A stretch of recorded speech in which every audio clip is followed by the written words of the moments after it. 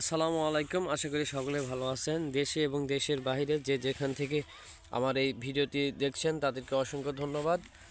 তো কথা না বলিয়ে শুরু করা যাক আজকের এই ভিডিও।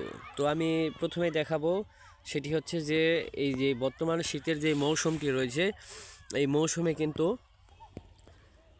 আলু, সরিষে এবং অন্যান্য যেসব সমস্ত কাঁচামালের যে মৌসুমটা রয়েছে, যেমন ধরেন টমেটো, পেঁয়াজ, রসুন থেকে শুরু করে এই সমস্ত আবাদের কিন্তু বর্তমান অবস্থা কিন্তু মোটামুটি বাংলাদেশের প্রায় অনেক অনেক অনেক ভালো।